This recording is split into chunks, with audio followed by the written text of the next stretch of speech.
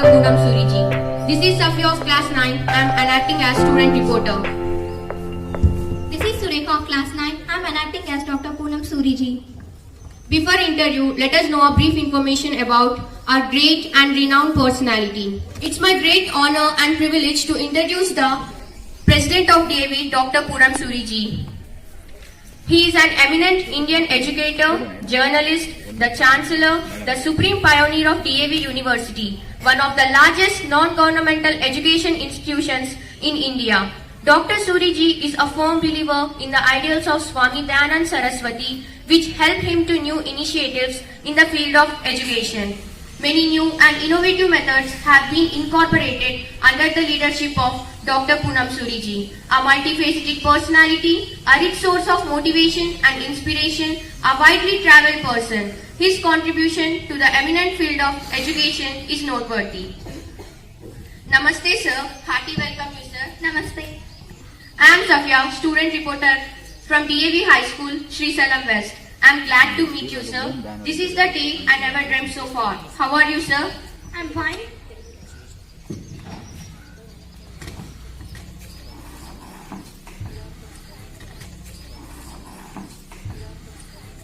We are very happy to have you here, sir, on this auspicious occasion for being bestowed with the highest national prestigious award, the Padma Shri, for your matchless contribution in the eminent field of literature and education.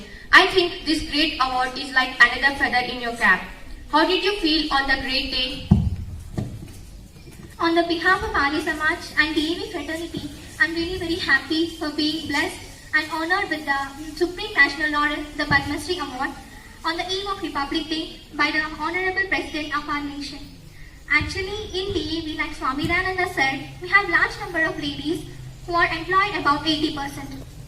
We are staff about 60,000, in that about 80% are women in the D.A.V. And in the Arya Samaj, on the other hand, huge number of males are working. So the government might have seen that in Arya Samaj and D.A.V, some work is being done, who should be awarded. Then they came to my name and they said that you are a male, but your name is that of a girl, so let us give it to him.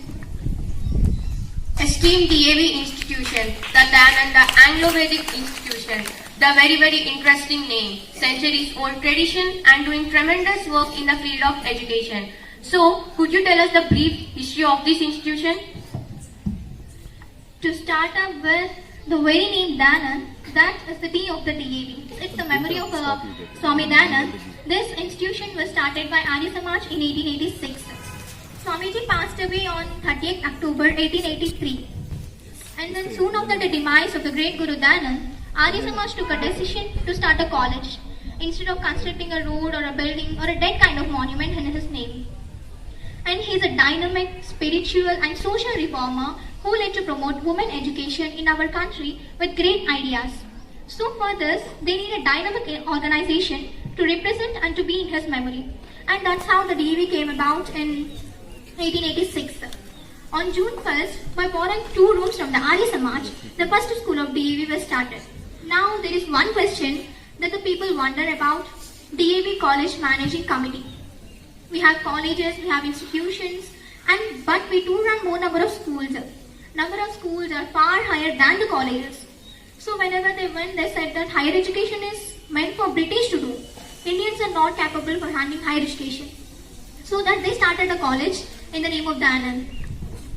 So we all know that D.A.V stands for Dayananda Anglo-Vedic. But what's the origin of D.A.V? D.A.V. This name was given to us by a young professor, Gurudat Vidyarthi, 21 years old, working in a government college in those days. And as I said here, since it's a memory of Swami Dayanand, we can call it as a Dayanand College, Dayanand University or Dayanand Society. Why the A and why the V? So that's where Gurudev Vidyarthi gave a suggestion. So let us not call just it as Dayanand. Let us call it as Dayanand Anglo-Vedic. The word Anglo is meant that the knowledge would come from there. In those days, I'm talking about in 1886. And the Vedic was something that Arya Samaj believed. So So thus I think he must have thought that Anglo is such a strong word. In future it may become too strong, more powerful than the Danan and Vedas. So then he surrounded the word Anglo with two big pillars, one side Danan and the other side Vedic.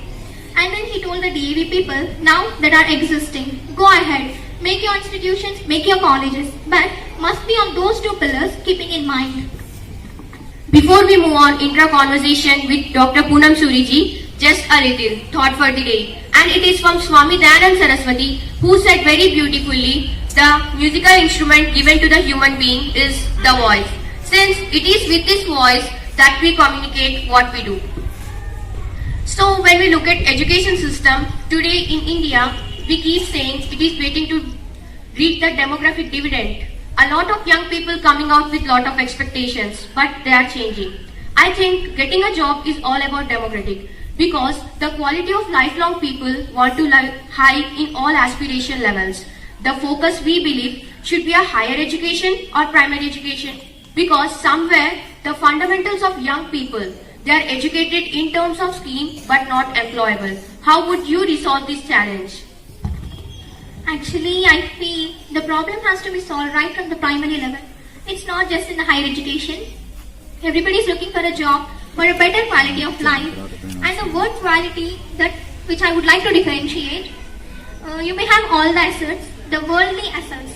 But if you don't have the peace of mind, absolutely it is useless. And peace of mind does not mean that depend upon what assets you have. It is something that has to be inbuilt. So we in DAV felt like our Vedas, like Swami Dayananda said, Manur Bhavas, the job is to make us first a good human being.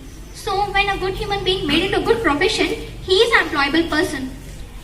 One may be a very good engineer or highly qualified engineer. If he is not a good human being, the bridge is going to be break. Sooner or later, we require a good human being. So in DAV, we felt that we must work towards character building also. So we are in the process of changing the focus from mere employment to good professionals with good human values. So in terms of young people and how they are looking at when they come to colleges with their expectations and their aspirations, do you think these are changing as the context is changing? Oh yes, the people are really short-tempered. The range is increasing and of course they are more intelligent, much more intelligent than what we were when we were young, far more aggressive and they know how to elbow the other person out. So because of that, we are forgetting our cultures and ethics that we require.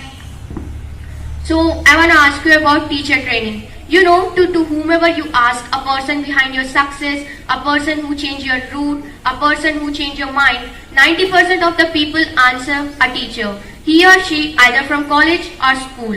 So deep is the effect. You know, you nurture the young minds and very soft. If I say in Hindi, बड़े कच्चे होते हैं, उन्हें पकाना पड़ता है with right temperature.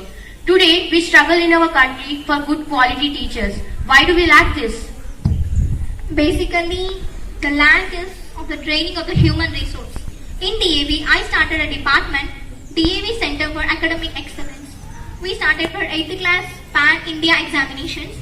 The idea was to diagnose where, which school or in which subject are weaker.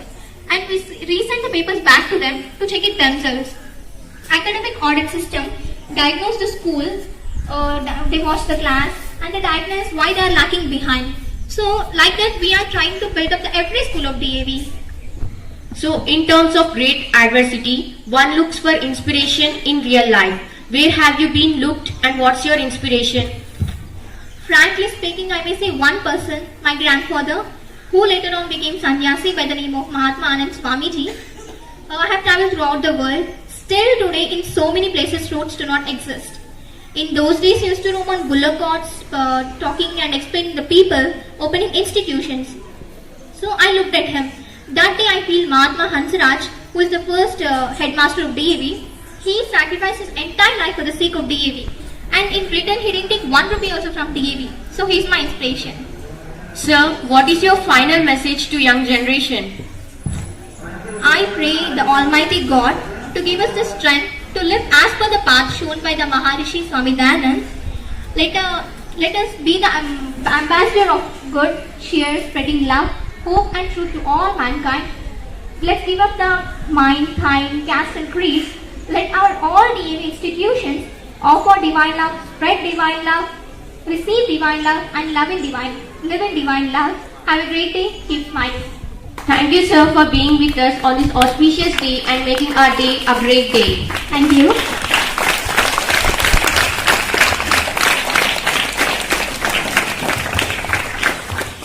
So, my dear friends, one can understand from this interview that we should have a strong desire, determination, dedication and commitment to achieve anything in this world.